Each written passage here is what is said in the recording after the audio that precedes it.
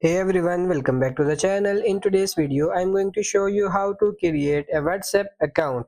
It's really simple and easy. First of all, for this, you need to install the WhatsApp application in your device. To install the app, go to your Play Store or App Store depending on your device, and then you have to search for WhatsApp application like this. Here it is. If you have the WhatsApp application, make sure it's updated. If there is any update, just make sure to update it to the latest version. After updating, just open the WhatsApp application and you have to tap on this agree and continue. Now enter your phone number. If you already have an account of this number, you can restore your chat history in your next step. It will take some time to restore the chats. After that, tap on next and then you have to enter your account name.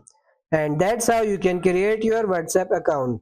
I hope this video was helpful. If it is, like it and subscribe to the channel. Thank you.